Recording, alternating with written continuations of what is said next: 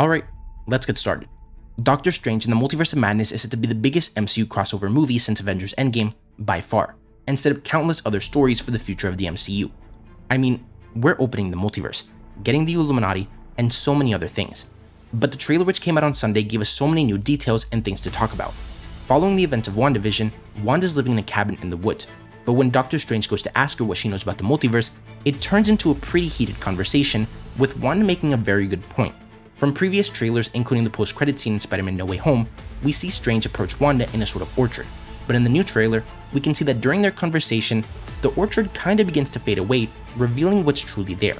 At first, they're both in regular clothes, but by the end of the interaction, Wanda's wearing her Scarlet Witch costume and really berating Strange for the choices he's made and things he's gotten away with. Wanda started out as a villain in the MCU, angry at Tony Stark because his tech ruined her life and killed her parents. As we all know, her and Pietro then partook in the experiments run by Baron Wolfgang von Strucker and Hydra, which using the Mind Stone gave them their powers.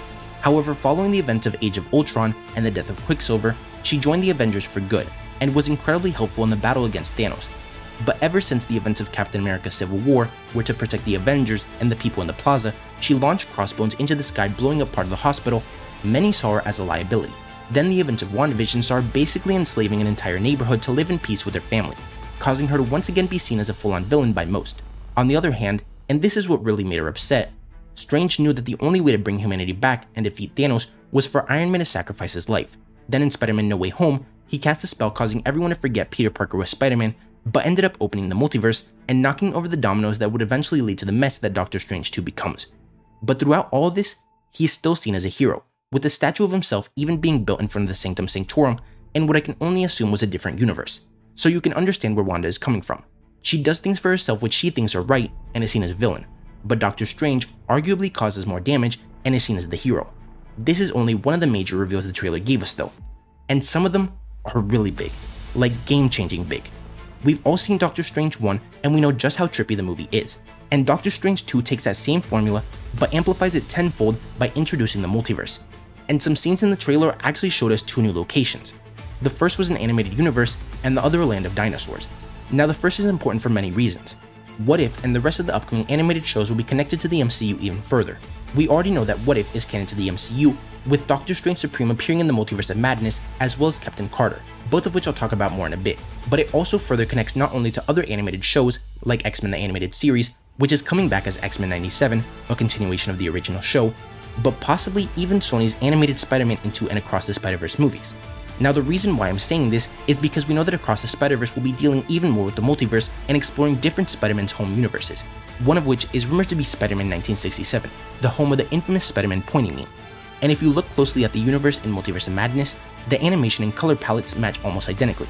Now going back to the What If characters in the movie, we've been hearing that multiple What If characters, from Strange Supreme to Captain Carter, would appear in live action in Multiverse of Madness. Of course, like I said before, we know that Supreme will appear as we saw him in the very first trailer. But what's interesting is that we actually saw more What If characters in the trailer, namely, zombies. At first we see Zombie Scarlet Witch, and then at the very end of the trailer, we see Zombie Defender Strange.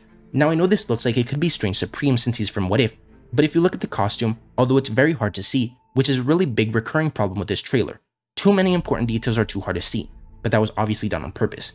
Anyways, if you look at the costume, or I've been keeping up with the leaks, you'll be able to deduce that this isn't Supreme, but actually Defender Strange. The reason being that in the leaks we've learned that Shuma Gorath, or Gargantos, kills Defender Strange, and later on in the movie, MCU Strange is able to control the dead body of Defender Strange, hence the reason why he's returned, seemingly as a zombie. And from the same leaks, it's been said that Wanda does the same thing, which explains the Scarlet Witch zombie. In the movie, she apparently hops from alternate Wanda to alternate Wanda. However, because they're not her original body, they quickly deteriorate. The final What If character that we know will appear in the movie is Captain Carter. In this new Doctor Strange 2 poster, you can see Captain Carter's shield in the bottom right and one of the broken pieces of glass. Now going back to the dual universe, on the other side of the universe they seem to be following through in the trailer looks like something pulled directly out of Jurassic Park, a land full of dinosaurs. But did you know there's a place in the Marvel universe exactly like that?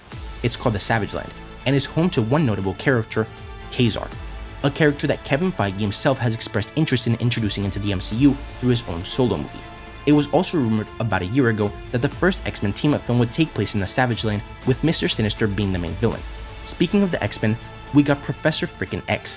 In a quick shot which is more important than almost anything else in the trailer, we saw Doctor Strange being imprisoned by a multiversal version of Mordo. and escorted by Ultron bots before the Illuminati. Now in the trailer we can see 5 chairs, and from leaked photos we've seen that Professor X will be in his floating golden chair, confirming that this actually isn't the version of Professor X from Fox's X-Men franchise, but rather the version from X-Men 97.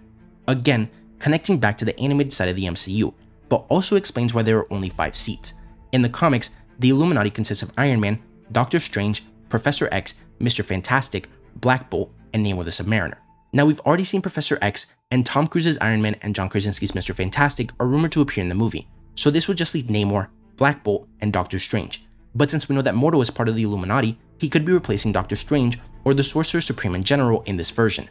As for Black Bolt and Namor, we don't know who they'll be played by, if they even appear at all.